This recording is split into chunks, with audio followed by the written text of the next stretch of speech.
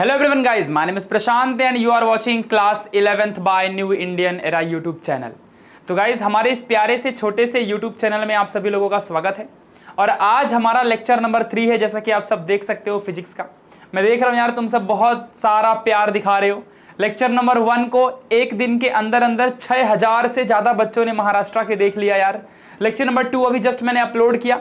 Lecture number 2 I think बहुत बड़ा lecture था, 1 घंटे 50 मिनट का लेक्चर था और 1 घंटे 50 मिनट के लेक्चर में हमने कितना सारा डिटेल में कुछ समझा यार। सबसे ज़्यादा टाइम तो न्यूमेरिकल समझाने में लग गया था, 30 मिनट में हमने सिर्फ एक ही न्यूमेरिकल किया था। क्यों?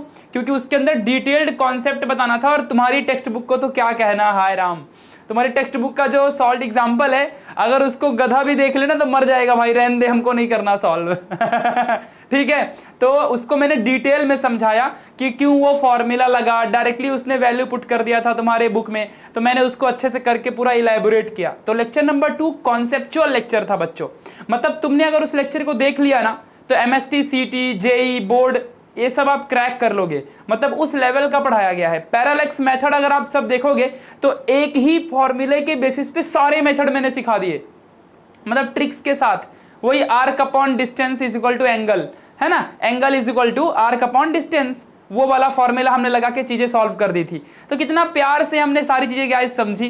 तो आज हमारा जो लेक्चर है ये डायमेंशंस के ऊपर रहने वाला है और डायमेंशंस एग्जामिनेशन के लिए, इवन जेई, नीट या फिर एमएसटी, सीटी जैसे एंट्रेंस एग्जामिनेशन के लिए, बोर्ड एग्जाम के लिए, हर सभी टॉपिक के लिए इंपॉर्टेंट है भाई, सभी एग्जामिनेशन के लिए बहुत इंपॉर्टेंट है। और आज का लेक्चर भी एक घंटे से ऊपर ही जाने वाला है। तो आज के इस लेक्चर को डिटेल में आप सब बच्चे देखोगे, समझोगे, पढ़ोगे, क्योंकि यार तुम सबको मालूम है कि ये डायमेंशन बहुत डेंजरस चीज है। यही इस चैप्टर का सबसे इंपॉर्टेंट चीज है। इसके बाद तो फिर एरर है और चैप्टर खत्म। 2 लेक्चर और लगेंगे, चैप्टर खत्म हो जाएगा। लेक्चर नंबर 5 में चैप्टर फिनिश हो जाएगा। बहुत छोटा चैप्टर है। तो डायमेंशन ही इस चैप्टर का सबसे बड़ी बात है। ये चैप्टर में हमें यूनिट के साथ खेलना होता है ना। अभी तक तुमने देखा कि x इज इक्वल टू 5, तो हम वो 5 के साथ खेलते हैं। x is equal to 5 kg मान लो लिख दिया, ठीक है, तो वो 5 के साथ हम अब तक कैलकुलेशन करते थे। 5 हमारी वैल्यू होती थी, है ना, x की वैल्यू 5 होती थी। अब हम kg है ना, जो वो kg यूनिट, उसके साथ खेलेंगे, है ना। तो यूनिट के साथ इस चैप्टर में हम खेलते हैं अभी। तो डायमेंशंस आज हमें पढ़ना है, पर उसके पहले measure of mass, measure of time, ये सब कुछ सीखेंगे। तो चलो यार शुरुआत करते हैं। यार एक छोटी सी रिक्वेस्ट है, आप सब बच्चे वीडियो शेयर नहीं करते हो यार। आप अपने दोस्तों में शेयर किया करो, दोस्तों को बताओ, व्हाट्सएप ग्रुप में डालो, स्टेटस रखो, इंस्टाग्राम में टैग करो, ठीक है। मैं जो लिखवाता हूँ, वो जो तुम नोट्स बनाते हो ना, उस नोट्स का भी वीडियो या फोटो खींच के उसको इंस्टाग्राम में मुझे टैग किया करो, आईडी है आगे, ठीक है। तो ये सारी चीजें हैं। और तो और गाइस, तुम सब ना अर्निंग भी कर सकते हो इन वीडियो से। मेरे वीडियोस के सेशन में बहुत सारे मोटिवेशनल पॉइंट्स होते हैं, तो उन मोटिवेशनल पॉइंट्स को निकाल के एडिट करके तुम अपने चैनल बना के उसमें डालो, तुमको वहां से अर्निंग होगी, तुम्हारा फायदा होगा इससे, ठीक है। तो बहुत सारी चीजें होती हैं यार, और मैं कॉपीराइट नहीं देने वाला, टेंशन मत लो, ठीक है। तो ये सारी चीजें हैं। तो यार मतलब तुम खुद का फायदा भी देखा करो और पढ़ाई भी किया करो। चलो अब शुरू करते हैं आज के इस लेक्चर नंबर 3 को, यूनिट्स एंड मेजरमेंट। हमने इसके पहले 2 लेक्चर देख लिए। हमारा एंट्रेंस एग्जामिनेशन, बोर्ड एग्जाम सब इससे क्रैक होगा। गाइज स्टार्ट करने से पहले थोड़ा सा रिवाइज करा दूं कि बच्चों हमने सबसे पहले लेक्चर नंबर 1 में क्या देखा था। हमने लेक्चर नंबर 1 में 2 चीजें समझी थी कि what is science, science exactly क्या होता है। ये क्या हो गया? साइंस एग्जैक्टली क्या होता है, हमने लेक्चर नंबर 1 में देखा था। फिर हमने देखा था कि साइंस का सबसे इंपॉर्टेंट जो ब्रांच है फिजिक्स, तो फिजिक्स एग्जैक्टली क्या होता है हमने वो देखा था। फिर गाइस जब हमने फिजिक्स की शुरुआत की थी तो इसके अंदर जो सबसे पहला चैप्टर है यूनिट्स एंड जो मेजरमेंट हमने स्टार्ट किया था, तो इस चैप्टर के अंदर बच्चों हमने सबसे इंपॉर्टेंट चीज, एक चीज सीखी थी, और वो चीज इंपॉर्टेंट चीज ये थी कि क्वांटिटीज के साथ खेलना, क्वांटिटीज के साथ खेलना। तो ये हमने देखा था। तो लेक्चर नंबर 1 के अंदर हमने और क्या क्या चीजें पढ़ी थी बच्चों, कि हमने देखा था बच्चों की जो क्वांटिटी थी, थोड़ा रिवाइज करा रहा हूं। क्वांटिटीज के अंदर 2 तरीके की सबसे इंपॉर्टेंट क्वांटिटीज थी। एक थी फिजिकल, अच्छा जितने भी हमारे फिजिकल क्वांटिटीज के अंदर, मतलब क्वांटिटीज बोले तो फिजिकल क्वांटिटीज की ही बात चल रही है। तो फिजिकल क्वांटिटीज के अंदर हमने सबसे पहले देखा था फंडामेंटल क्वांटिटीज, ठीक है, और उसके बाद हमने बच्चों देखा था डिराइव्ड क्वांटिटीज, याद होगा आपको, ठीक है, ये दोनों क्वांटिटीज। और इन दोनों क्वांटिटीज की अपनी अपनी यूनिट्स, इसकी भी यूनिट्स और इसकी भी यूनिट्स। इसके वाले को हम लोग फंडामेंटल यूनिट्स बोलते थे और इसके वाले को हम लोग डिराइव्ड यूनिट्स बोलते थे।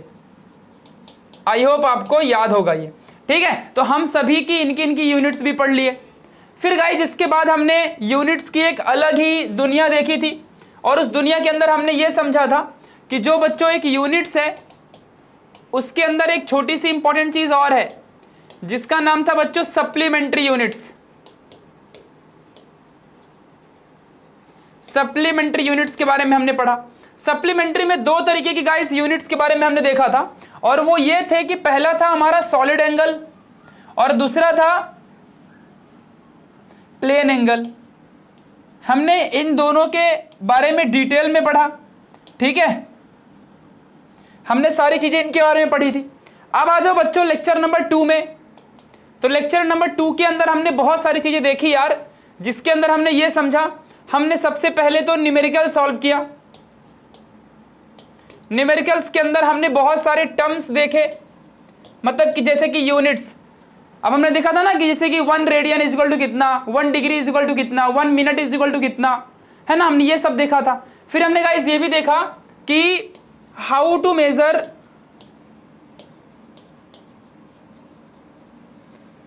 लेंथ। अब लेंथ में भी हमने दो चीज देखी थी बच्चों कि लॉन्ग डिस्टेंस को कैसे मेजर करना है, how to measure long distance. फिर हमने देखा था शॉर्ट डिस्टेंस को कैसे मेजर करना है। हमने ये सारी चीजें पढ़ी और इनके अंदर गाइस हमने एक ही मेथड का इस्तेमाल किया था, वो था पैरालेक्स मेथड। हमने इसका प्रैक्टिकल्स भी किया था और बच्चों ने बहुत सारा आंसर भी दिया था कि हाँ भैया जब हम ऐसा ऐसा आंखें बंद करते ना तो हमें इसकी पोजीशन में बदलाव दिखाई देता है, ठीक है। तो हाउ टू मेजर लेंथ तक हमने सारी चीजें पढ़ी थी। हमने उसके बाद 2 न्यूमेरिकल और किए थे। 3 न्यूमेरिकल हमने पिछले लेक्चर 2 में किए थे, पूरे सॉल्व्ड एग्जाम्पल थे। और वो सॉल्व्ड एग्जाम्पल तुम डायरेक्टली पढ़ोगे ना तुमको समझ में नहीं आएगा। तुम किसी भी ट्यूशन भी लगाया रहेगा ना तुमने, वो टीचर ने एक तो समझाया ही नहीं होगा सॉल्व्ड एग्जाम्पल, और अगर समझाया भी होगा तो तुमको समझ में नहीं आया होगा, गारंटी है, क्योंकि सॉल्व करने का तरीका ही अलग है। और हमारी बुक में क्या कर दिया है कि डायरेक्टली वैल्यू पुट कर दी है बिना फॉर्मूला डाले, और वो हमको कैसे समझेगा। तो इसीलिए मैं उसको अच्छे से सॉल्व करा कि जिसके तुम्हारा पॉइंट ऑफ व्यू अच्छा बने, कॉन्सेप्ट क्लियर हो। समझाने को तो कोई भी समझाएगा, कॉन्सेप्ट इंपॉर्टेंट होता है ना, कॉन्सेप्ट के साथ समझाना जरूरी होता है। चलो ठीक है, तो यहां तक गाइस हमने अच्छे से पढ़ा था। अब चलो बच्चों शुरुआत करेंगे आज के टॉपिक को। तो हमने हमारे इस टॉपिक में आखिर चल क्या रहा है। हमारे टॉपिक में बच्चों सिर्फ इतना ही तो है, देखो फिजिक्स के चैप्टर 1 में आखिर क्या क्या चीजें भरी है। चैप्टर 1 में आखिर क्या चीजें हैं, मैं थोड़ा सा कंटेंट की बात कर दूं।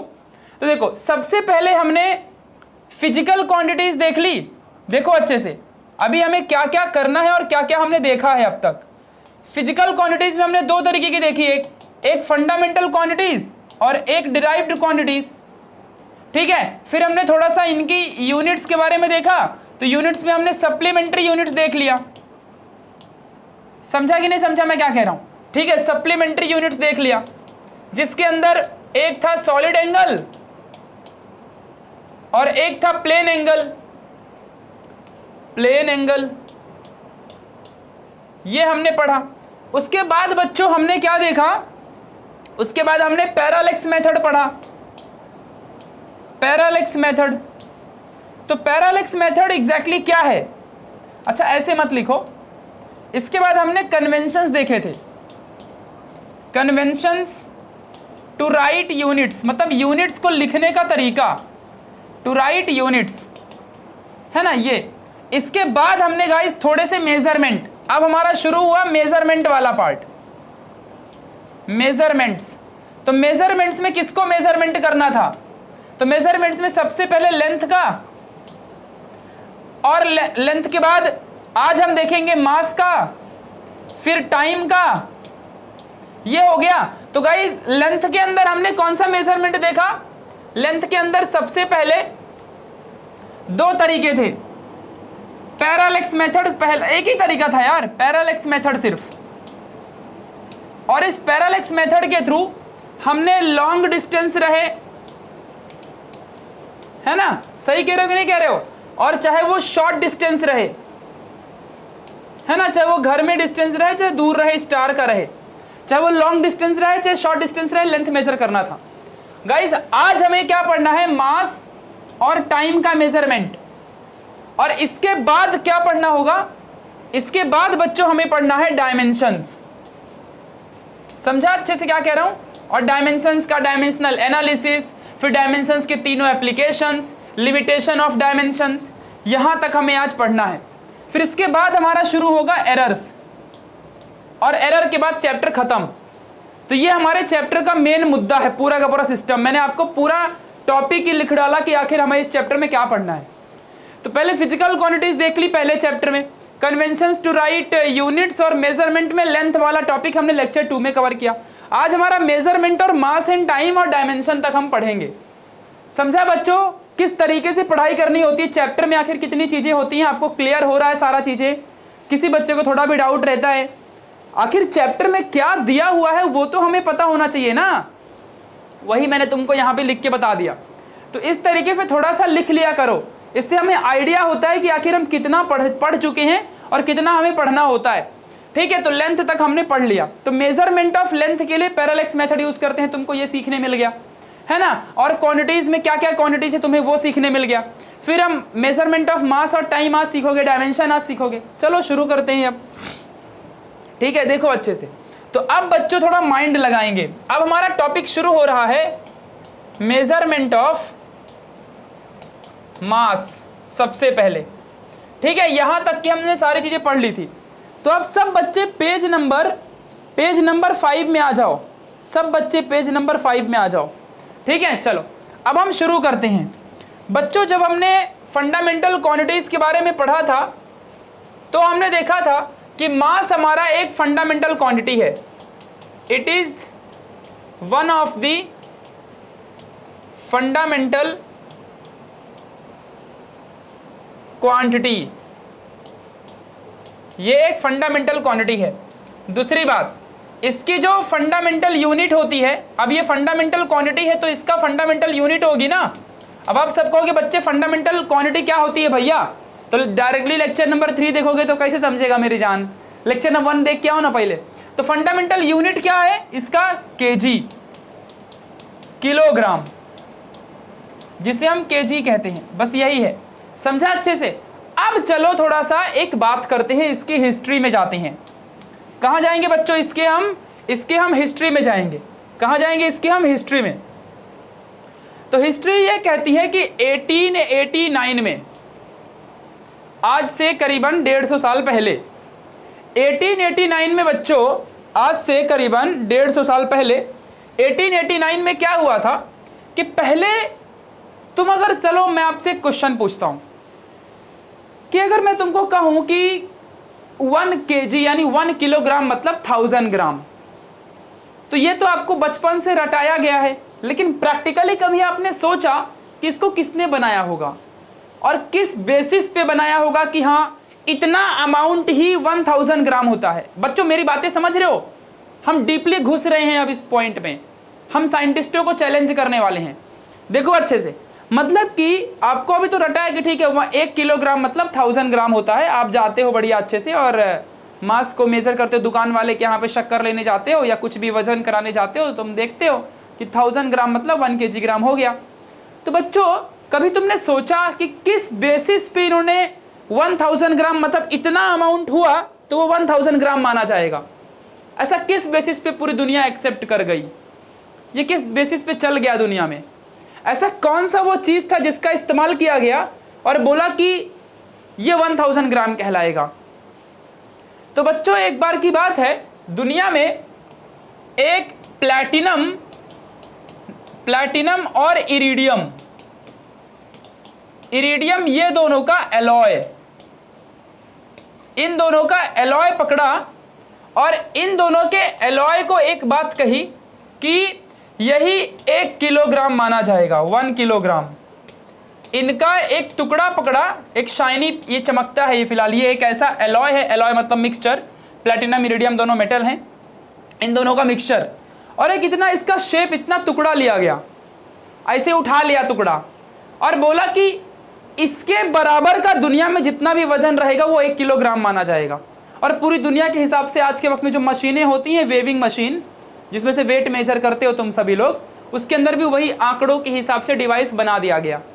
वही आंकड़े के हिसाब से जो भाजी वाला हमें भाजी तौल के देता है उसी हिसाब से देता है। मतलब कि प्लैटिनम इरिडियम एक मेटल था, इन दोनों का मिक्सचर बनाया और ये शाइनिंग करते थे, चमकते थे, कुछ भी जो भी था अपने को क्या करने का है।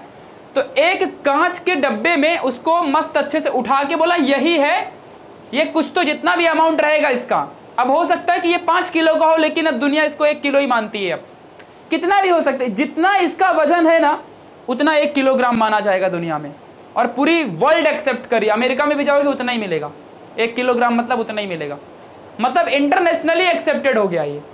समझा मैं तुम्हें क्या कह रहा हूं? इस तरीके से किलोग्राम का निर्माण हुआ, इस तरीके से दुनिया एक्सेप्ट करने लग गई कि ये 1 केजी मास कहा जाएगा। समझा बच्चों कितना आसान है ये कहानी, स्टोरी अच्छी चमत्कारी, बहुत तुमको कंफ्यूजन में डाली होगी। इसे कंफ्यूजन नहीं कहते बच्चों, इसे एक्साइटमेंट कहते हैं। तुमको तो समझ तो सब रहा है, तो कंफ्यूजन किस बात का? इसे एक्साइटमेंट कहते हैं। तुम्हें एक्साइटमेंट होगी यार ऐसा कैसे कर लिया रहेगा, मतलब तो अरे आजकल अपने भाजी वाले भी तो ऐसे करते हैं।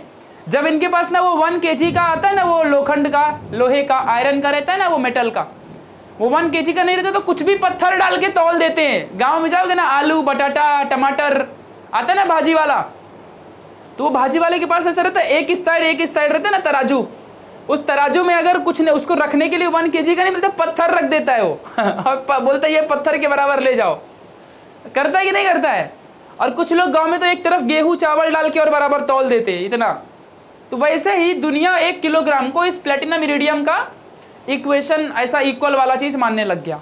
समझा? चलो अब बच्चों क्या हुआ, इसको एक कांच के बॉटल में रखा गया था, बॉटल कह रहा हूं, कांच के डब्बे में जो ये था ना, इसको कांच के डब्बे में इस प्लैटिनम इरिडियम को ऐसे कांच के अंदर बंद करके रखा गया था। तो बच्चों क्या हुआ, धीरे धीरे इसके अंदर डस्ट जमा होने लगी, धीरे धीरे इसका मास जो था वो डिक्रीज होने लगा। ठीक है, और तो और बच्चों क्या हुआ कि ये जो इसका मास है, अच्छा मास क्यों चेंज होने लगा? तो ड्यू टू सराउंडिंग या नेचर के वजह से।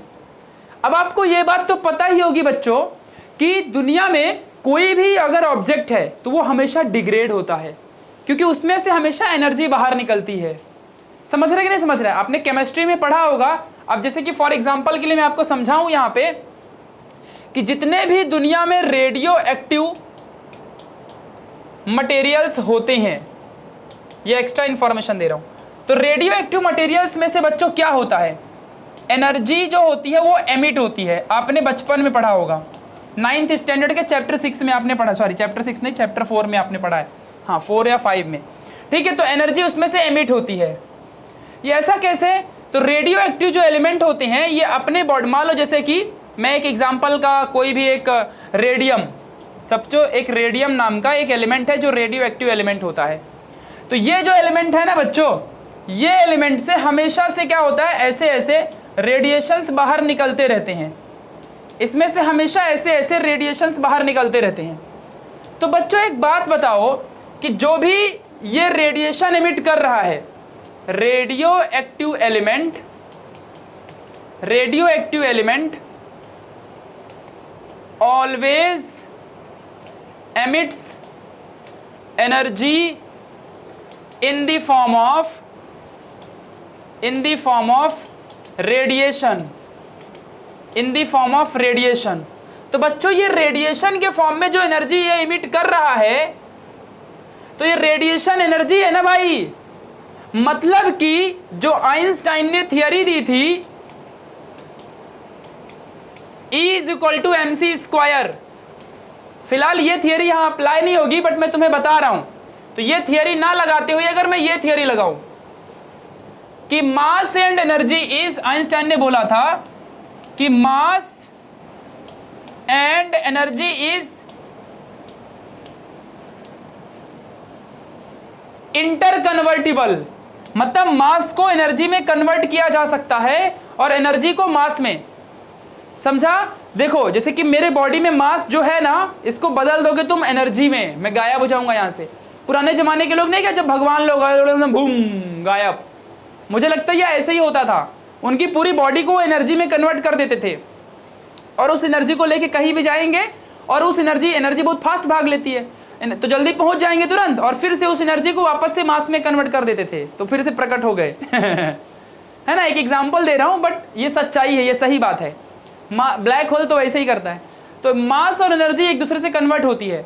तो बच्चों, जो रेडियम मान लो एक रेडियो एक्टिव एलिमेंट है, तो अपने बॉडी से हमेशा रेडिएशन फेंकता है, और रेडिएशन एक एनर्जी है। तो आप भी बताओ, मान लो 50 ग्राम का रेडियम था और 100 साल में उसने अपने बॉडी से रेडिएशन निकालते निकालते निकालते निकालते पूरा निकाल डाला, तो 50 ग्राम आज भी रहेगा क्या? नहीं। ये कितना ग्राम हो जाएगा? ये हमारा मान लो 40 ग्राम हो जाएगा, कम हो गया मान लो। तो ये फिजिक्स में आप पढ़ोगे आगे चल के, इसे रेडियो एक्टिव डीके कहते हैं, ठीक है। तो 50 ग्राम कम हो जाएगा ना ये, तो मतलब कि जो मास था वो एनर्जी बन के उड़ गया। तो यही चीज तो यहां भी हो रही है ना, कि प्लैटिनम इरिडियम जो था, इसका एलॉय, इसमें से भी एनर्जी बाहर निकलते निकलते सराउंडिंग के वजह से डस्ट पार्टिकल बैठते गए, धीरे धीरे क्या होते गया, ये इसका वजन डिक्रीज होने लग गया, मास कम होने लग गया। तो अब लोग ने कहा कि भाई वो जो दुनिया में पहली बार उठाया था कि इसके बराबर ही 1000 ग्राम होगा, वो तो अब है ही नहीं दुनिया में, वो तो गायब हो गया। अब वो किधर है? तो अब हम किसको रेफरेंस मानेंगे? अब हमारा रेफरेंस कहां गया? अब दुनिया किस बेसिस पे 1000 ग्राम गिनेगी? तो बच्चों अब क्या हुआ, इसको कैंसिल कर दिया, बोला अब ये नहीं मानेंगे अब से, समझा? अब क्या किया बच्चों, यहां पे ध्यान देना, अब सेकंड मेथड आया।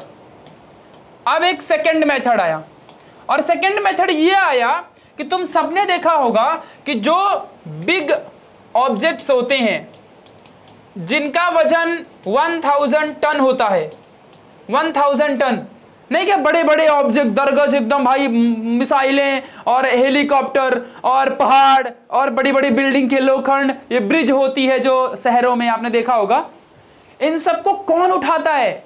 इन सबको क्रेन उठाती है, क्रेन। लेकिन वो क्रेन उठाएगी, वो खुद ही उठ जाएगी भाई। मैं इतने भी छोटे बात की नहीं कर रहा, मैं बहुत बड़े ऑब्जेक्ट की बात कर रहा, जहां मिसाइलें बनती हैं, बड़ी बड़ी कार बनती है, ट्रेन बनती है जहां, है ना, मैं उसकी बात कर रहा हूं। तो वो सब के लिए ना, वो क्रेन भी नहीं उठा पाते, सब पकड़ के हुक रहते हैं ना, वो उससे नहीं उठा पाएगी, वो सिर्फ कार उठती है उससे। और बड़े बड़े ऑब्जेक्ट कैसे उठते हैं? तो बच्चों वो जानते हो कैसे होता है? वो हमारी जो इलेक्ट्रिसिटी होती है ना, इलेक्ट्रिसिटी बोले तो करंट, तो इलेक्ट्रिसिटी से क्या बनता है? Electromagnet, and this electromagnet is used to lift these big weighted object. समझा अच्छे से? इस बात को ध्यान रखना। तो ये करंट, सोचो, आपने कभी सोचा था कि करंट से तुम इलेक्ट्रोमैग्नेट प्रोड्यूस बना सकते हो? तो करंट की मदद से ये तुम्हें ये होता है, आगे चल के मैं ही सिखाऊंगा चैप्टर नंबर 12वें-13वें में। तो इलेक्ट्रिसिटी से इलेक्ट्रोमैग्नेट बनाया जाता है बच्चों, और ये इलेक्ट्रोमैग्नेट बड़े बड़े दरगज ऑब्जेक्ट को उठाने में हेल्प करता है। यूट्यूब में डालना जरा जाके इस लेक्चर के बाद कि बड़े बड़े इलेक्ट्रोमैग्नेट को, how big electromagnets used to lift the biggest weighted object, तो आपको मैग्नेट की पावर पता चलेगी कितनी होती है भाई। तो इलेक्ट्रिसिटी क्या करती है? इलेक्ट्रोमैग्नेट की मदद से बड़ी बड़ी चीजों को उठा लेती है। तो बच्चों इसका मतलब यह हुआ कि हमने कितना इलेक्ट्रिसिटी अप्लाई किया इलेक्ट्रोमैग्नेट बनाने के लिए कि वो सामने वाले ऑब्जेक्ट को उठा सके। तो इस हिसाब से अगर कोई 1000 टन का ऑब्जेक्ट है और उसको इलेक्ट्रोमैग्नेट उठा रहा है, तो उसके लिए हमने कितनी इलेक्ट्रिसिटी यूज की। तो इसी तरह से बच्चों 1 kg के लिए कितना करंट इस्तेमाल किया गया, इसकी मदद से हम लोग मास मेजर करने लग गए। ये हमारा सेकंड मेथड है। आज भी मास इसी हिसाब से मेजर किया जाता है, और ये करेक्ट यूनिट है, और ये साइंटिस्ट लोग डिवाइस इसी बेसिस पे बनते हैं। जो तुम वो डिवाइस में जाके वजन रख देते हो, वो इलेक्ट्रोमैग्नेट की मदद से ही यूज होता है। वो करंट से जो चलता है ना डिवाइस, अब वो पहले वाला सिस्टम गया ना तराजू वाला, अब करंट से आ गया, तो वो ऐसे ही होता है इलेक्ट्रोमैग्नेट की मदद से, कि जब तुम किसी पे रखोगे वजन तो इलेक्ट्रोमैग्नेट उसको खींचता है, हर एक ऑब्जेक्ट को उसके ऊपर प्रेशर पड़ता है।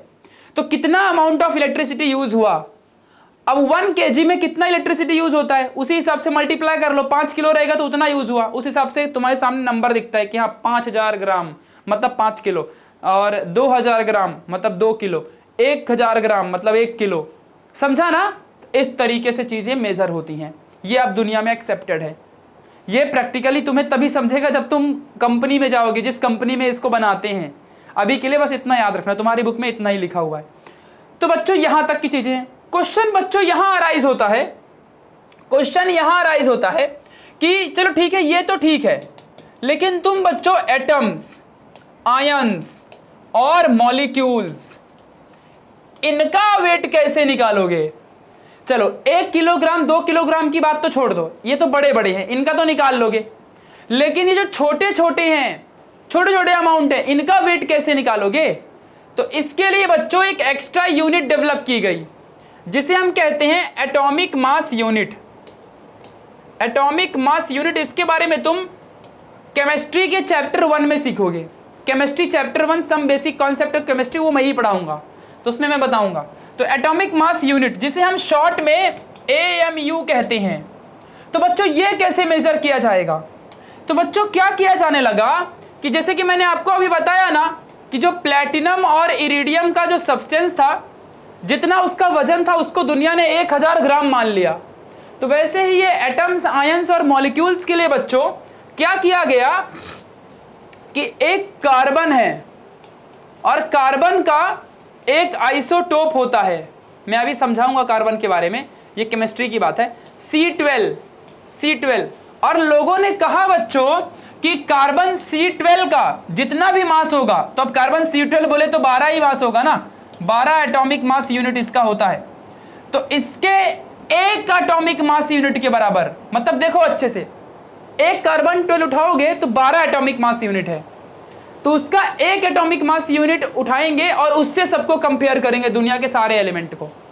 समझा। जैसे कि मतलब लोगों ने कह दिया, एक्सेप्ट कर लिया कि कोई भी एटम, साइंस, मॉलिक्यूल्स कार्बन का, सिर्फ कार्बन का ही लेंगे। कार्बन का क्यों लेंगे समझाऊंगा। सिर्फ कार्बन का 12 एटॉमिक मास यूनिट होगा। C12 लिया तो अगर C13 भी होता है, C14 भी होता है। आपने 10th में कार्बन डेटिंग पढ़ा था ना बायोलॉजी के अंदर, C12 C14। तो उसमें से C12 को उठाया और जो C12 है इसके अंदर 12 एटॉमिक मास यूनिट है, तो इसका एक यूनिट मास को पकड़ा और उसको रेफरेंस मान लिया कि इसके हिसाब से सारे के सारे एटम, साइंस, मॉलिक्यूल्स के यूनिट गिने जाएंगे। मतलब कि अगर मान लो तुम्हें नाइट्रोजन का मेजर करना है, हाइड्रोजन का मेजर करना है, तो हाइड्रोजन का मान लो मेजर कर रहे हैं, तो हाइड्रोजन का एटॉमिक मास 1 ही होता है, तुम्हें भी याद है। तो हाइड्रोजन का जो एटॉमिक मास 1 है ना, वो कार्बन के एक एटॉमिक मास के बराबर है। समझा। अब अगर मान लो नाइट्रोजन का 14 होता है, तो मतलब कि जो 14 नाइट्रोजन का एटॉमिक मास है वो कार्बन की 12 तो है ही है, और 2 और, मतलब 2 एटॉमिक मास ऑफ कार्बन, और मतलब टोटल 12 तो है ही पहले से कार्बन का एटॉमिक मास, 2 और कार्बन के एटॉमिक मास डालो तब जाके टोटल 14 होगा। तो 14 कार्बन 12 का जो एटॉमिक मास होगा उतना मिलाओगे तो एक नाइट्रोजन का एटॉमिक मास बनेगा। इस तरीके से लोग कंपेयर करने लग गए। समझ में आ रहा है मैं तुम्हें क्या कह रहा हूं। मतलब समझो, देखो क्या कह रहा हूं मैं। कार्बन 12 एटॉमिक मास बोले तो मतलब 1 2 3 ऐसे करके 12 टोटल एटॉमिक मास हुए, तब ना 12 एटॉमिक मास बना। मतलब कि अगर 12 किलोग्राम बोलूं तो 1 किलो 2 किलो 3 किलो ऐसा 12 किलो होगा। समझा ना।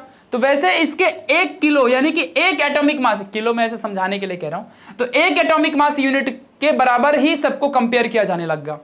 मतलब कि दुनिया में किसी का भी 1 एटॉमिक मास यूनिट किस हिसाब से काउंट किया जाने लग गया। 1 एटॉमिक मास यूनिट का मतलब 1/12 ऑफ कार्बन एटॉमिक मास।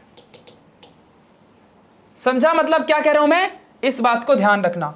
और ये कितना होता है 1 एटॉमिक मास, मतलब कि 1/12 पूरे 12 एटॉमिक मास में से एक भाग, एकवा भाग, मतलब 12 है, 12 में से एक भाग, सिर्फ एक पार्ट, एक एटॉमिक मास के बराबर सारे एटॉमिक मासेस को काउंट किया जाने लग गया। उसके हिसाब से रेफरेंस मान लिया गया। समझा ना मैं क्या कह रहा हूं, ध्यान रखना अच्छे से। मतलब सपोज अगर तुम्हें क्लोरीन का फाइंड करना है, तो क्लोरीन का एटॉमिक मास फिलहाल 35 है, तो इसका मतलब यह हुआ कि पहले तो 1 के बराबर मतलब 35 नहीं होगा। देखो पहले 1 ग्राम 2 ग्राम 3 ग्राम टोटल 12 ग्राम हो गया, फिर एक और कार्बन लाओ तो 24 होगा, फिर एक और 36 होगा। मतलब कि ऐसे पूरे 12 तक और 12 तक 24 होगा, फिर एक बार 11 लेके आओ, तब 35, मतलब 35 कार्बन एटम के बराबर एक क्लोरीन का कार्बन एटम है। समझा ना मैं क्या कह रहा हूं? जितना एक कार्बन एटम का एक यूनिट मास होगा, उसके वैसे हिसाब से 35 अगर तुम्हारे पास कार्बन एटम होंगे तब जाके तुम्हारे पास 35 एटॉमिक मास आएगा, तब वो क्लोरीन के बराबर होगा, क्योंकि क्लोरीन का 35 होता है। समझा ना? इस हिसाब से काउंट किया जाने लग गया। तो guys 1/12 of the carbon atomic mass वो एक एटॉमिक मास यूनिट माना जाने लग गया। मतलब 1 एटॉमिक मास यूनिट को अगर तुम कंपेयर करो, यहां पर डिवाइड करो, तो टोटल जानते हो कितना मिलेगा 1/12 के हिसाब से? तो टोटल तुमको 1.66504 इंटू 10⁻⁻27 ऐसा एटॉमिक मास तुम्हें यहां पे टोटल मिलेगा। तुम्हारे बुक में पेज नंबर 5 में देके रखा हुआ है। तो ये टोटल यहां पे केजी में फाइंड करोगे, तो ये टोटल इतना एटॉमिक मास यूनिट का रिलेशन है। इसको याद कर लो। मतलब कभी भी बस ये सब छोड़ो गोली, अभी बस इतना ध्यान रखो कि कभी भी एटॉमिक मास अगर हमें फाइंड करना होता है तो हम कार्बन को रेफरेंस लेते हैं, ठीक है, और कार्बन C12 को। चलो आ जाओ कार्बन के बारे में बता दूं। तो भैया देखो कार्बन के बारे में क्यों लेते हैं रेफरेंस। देखो सबसे पहली बात, कार्बन एक नॉन मेटल है, ये मोस्ट एबुंडेंट है। मोस्ट एबुंडेंट बोलेगा तो क्या मतलब सबसे ज्यादा अवेलेबल है दुनिया में। और उसमें भी कार्बन के आइसोटोप्स, तो कार्बन के आइसोटोप्स क्या होते हैं? आइसोटोप्स का मतलब यह होता है कि जिसके एटॉमिक मास डिफरेंट हो लेकिन एटॉमिक नंबर सेम हो। मैं क्या कह रहा हूं, फिर से ध्यान दो अच्छे से। एटॉमिक मास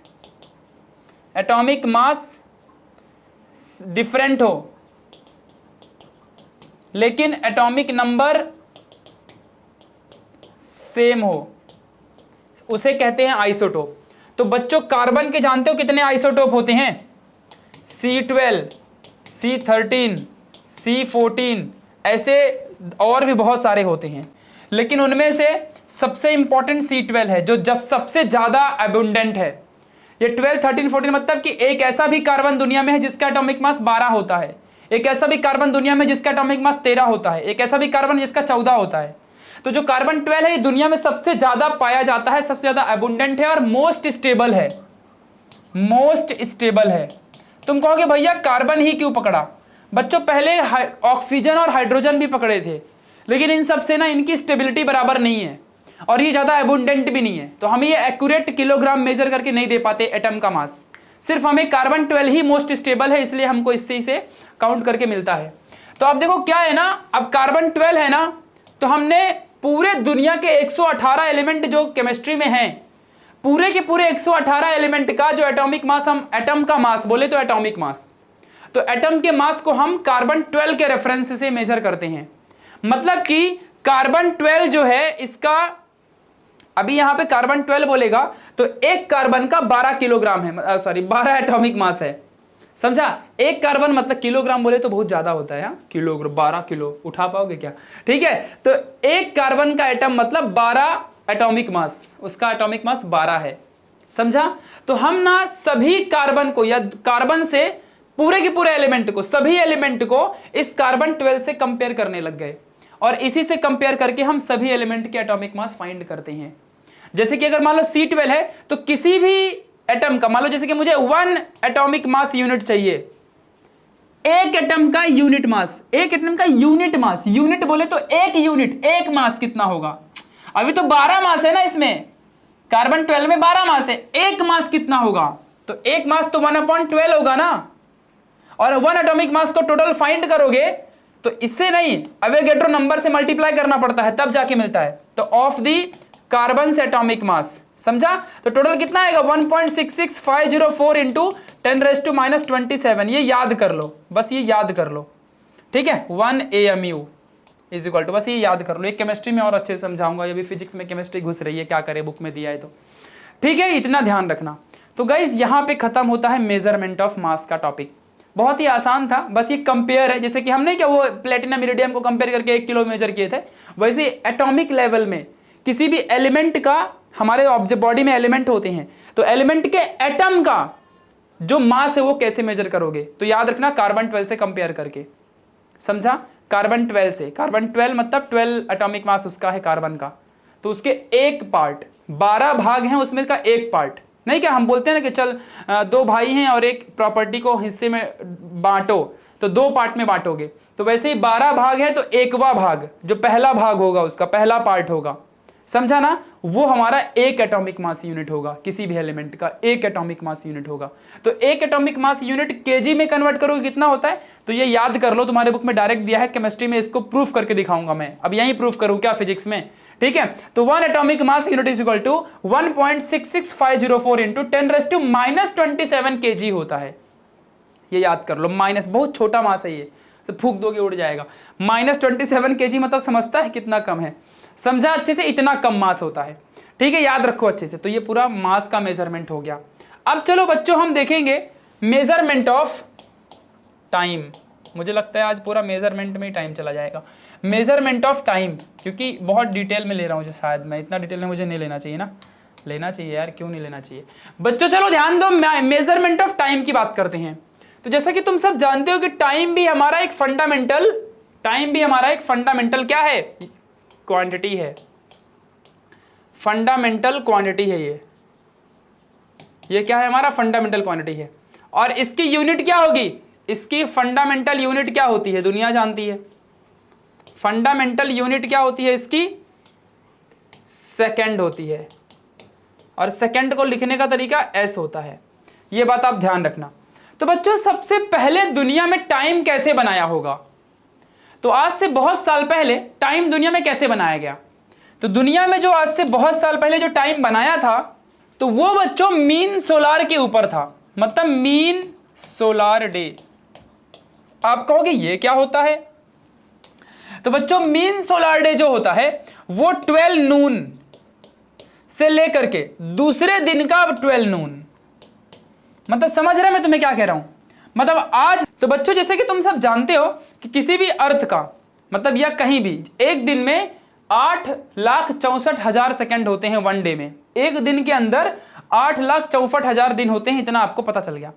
अब बच्चों दिन और रात कैसे होती है, देखो, तो जैसे कि ये सन है और ये अर्थ है, तो कभी भी अर्थ के इस तरफ लाइट आ रही है, सन की लाइट, ये सन है, सन की लाइट ऐसे आ रही है, तो यहां पे दिन होगा, इस एरिया में पूरा दिन होगा। अब जब अर्थ खुद में भी रोटेट करता है, तो अर्थ रोटेट करके इस साइड आएगा और ये इस साइड चला जाएगा, तो इस साइड दिन हो जाएगा, इस साइड रात हो जाएगी। इस तरीके से दिन रात हर एक 24 घंटे में होते रहती है, ऐसे हमेशा होता है, आप सबको ये पता है। अब मैं तुम्हारे सामने ये बात करने जा रहा हूं जो कि बहुत ज्यादा इंपॉर्टेंट है। तो मुझे ये बताओ कि हमेशा ये करेक्ट नहीं हो सकता, क्यों जानते हो क्यों करेक्ट नहीं हो सकता, क्योंकि जो अर्थ का रोटेशन है वो कभी कम कभी ज्यादा होने लगा, कभी रात बड़ी होती है, कभी दिन बड़ा होता है, ऐसा होता है कि नहीं होता है। तो जो 12 बजे से 12 बजे दोपहर का टाइम है, ये लफड़ा होने लग गया। कभी सूर्य भगवान भाई हमारे इंडिया में 6 बजे आते हैं, कभी 6:40 में आते हैं, कभी 7 बजे आते हैं, लफड़ा होता है ना ऐसे में। तो इसके लिए साइंटिस्टों को प्रॉब्लम होती है, हमको तो कोई फर्क नहीं पड़ता, कभी भी आओ सूर्य भगवान, हम कभी भी रहेंगे दिन रात, हम तो नॉर्मल आदमी। बट साइंटिस्ट लोग को कैलकुलेशंस करने होते हैं, उन्हें परफेक्ट टाइमिंग चाहिए होता है। तो उन्होंने क्या कहा, इस सिस्टम को दुनिया के लिए छोड़ दिया, तुम इस्तेमाल करो, बट उनके लिए उन्होंने नया सिस्टम बनाया। और बच्चों वो सिस्टम क्या है, सेसियम एटॉमिक, सेसियम एक एटम है, सेसियम एटॉमिक वाइब्रेशन के हिसाब से, मतलब एक सेसियम एटम होता है और उस एटम के अंदर पार्टिकल्स के वाइब्रेशंस होते हैं। अब पार्टिकल बोले तो इलेक्ट्रॉन है, प्रोटॉन है, इन सब के इनके वाइब्रेशंस होते हैं सेसियम एटम के अंदर। सेसियम एक एलिमेंट है, 118 एलिमेंट होते हैं केमिस्ट्री में, उसमें से सेसियम एक एलिमेंट होता है, लिख लो कहीं भी ये चीज। तो सेसियम अब हर एक एलिमेंट के अंदर एटम होते हैं, तो उस एटम के अंदर जो पार्टिकल है वो वाइब्रेशन करते हैं। तो उस वाइब्रेशन कितना, अब 1 सेकंड में कितना वाइब्रेशन करेगा, वो उस हिसाब से हम काउंट करने लगे कि इस हिसाब से हमारा फिक्स टाइमिंग होगा। तो साइंटिस्टों ने क्या किया, इस सेसियम एटॉमिक मास के वाइब्रेशन की मदद से साइंटिस्टों ने कैलकुलेशन किया, और वो कैलकुलेशन में ये बताया कि 1 सेकेंड इज इक्वल टू, अब ये नंबर मैं क्यों याद करूं, मुझे ये कहीं काम भी नहीं आएगा। तो 1 सेकेंड इज इक्वल टू 9, आगे पढ़ लेना क्या लिखा है भाई, इतने बार वाइब्रेशन करता है ये, इतने वाइब्रेशंस ऑफ रेडिएशन, वाइब्रेशंस इतने वाइब्रेशन करेगा ये, तो इतने वाइब्रेशंस ऑफ रेडिएशंस। अब सेसियम एक रेडियो एक्टिव एलिमेंट है, ध्यान देना। चलो तो ध्यान से सब बच्चे याद रखो इस चीज को, मतलब कि 1 सेकंड का टाइमिंग कब माना जाएगा, 1 सेकंड का टाइमिंग कब माना जाएगा?